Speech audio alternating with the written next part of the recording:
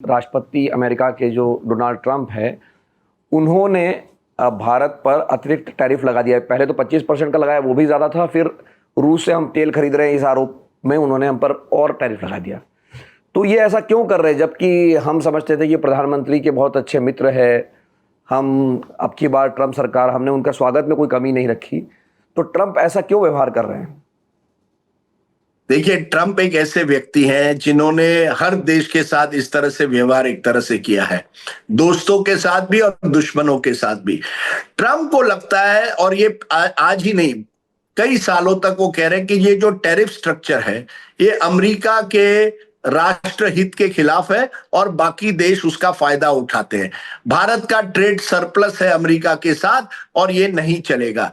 अब ट्रंप एक ऐसे भी व्यक्ति है जिनके ना कोई मित्र है, ना कोई परमानेंट मित्र है या परमानेंट दुश्मन है। उनके केवल स्वार्थ है, परमानेंट स्वार्थ है। ऐसे व्यक्ति को आप दोस्ती का हाथ भी बढ़ाए तो भी वो कल आपको दगा दे सकते हैं, 15 दिन बाद आपके फिर से दोस्त बन सकते हैं। लेकिन आश्चर्य की बात है कि वही डोनाल्ड ट्रंप जिसकी हमने इतनी तारीफ की थी, वही डोनाल्ड ट्रंप आज पाकिस्तान के की तरफदारी करते हैं, आसिम मुनीर को लंच पे वहां मिलते हैं और भारत के खिलाफ कहते हैं कि भारत की इकोनॉमी खत्म हो गई है।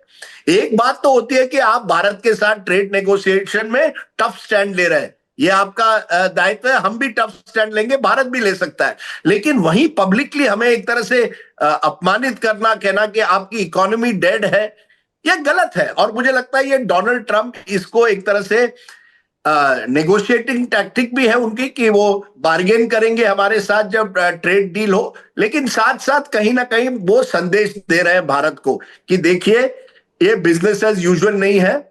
मैं उन राष्ट्रपतियों में नहीं हूं जिनको केवल आप अगर शेक हैंड करें वो हम दोस्त बन जाएंगे। मैं केवल अपने स्वार्थ के लिए कर रहा हूं।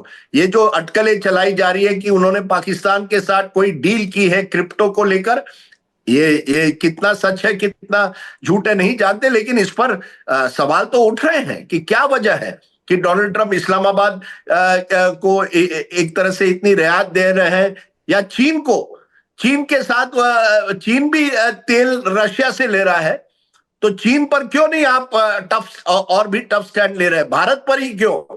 मुझे लगता है कहीं ना कहीं ये जो सवाल उठ रहे हैं, इस पर हमारे जो डिप्लोमेट्स हैं और हमारे जो फॉरेन मिनिस्ट्री के ऑफिशियल्स हैं, उन्होंने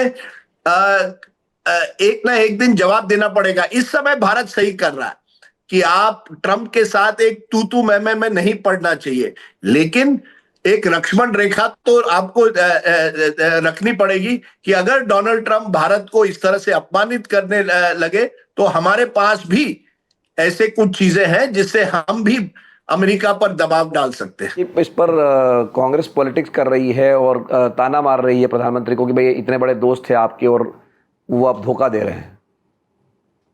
देखिए, ये मुझे लगता है ये विपक्ष गलत कर रही है।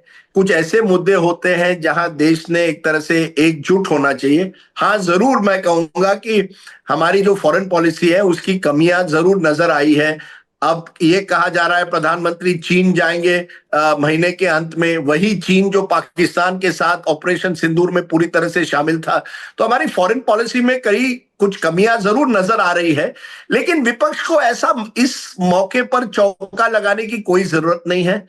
विपक्ष को मुझे लगता है सरकार को का साथ देना चाहिए। अगर कोई अमेरिकी के राष्ट्रपति हमें डेड इकोनॉमी कहे कि आपकी इकोनॉमी खत्म हो गई है, हमें एकजुट होना चाहिए।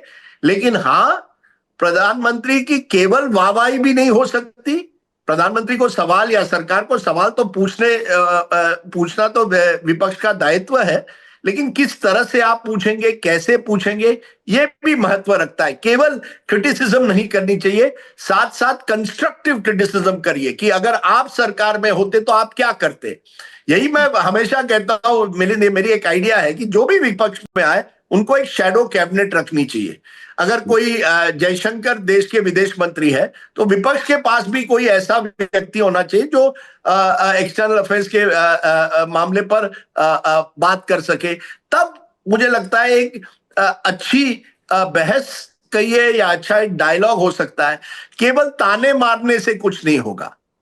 बहुत बहुत धन्यवाद राजीव। आपने जो कहा कि जैसे शैडो कैबिनेट होना चाहिए, जो कि यूके में परंपरा है, ब्रिटेन में परंपरा है कि विपक्ष भी एक शैडो कैबिनेट रखता है।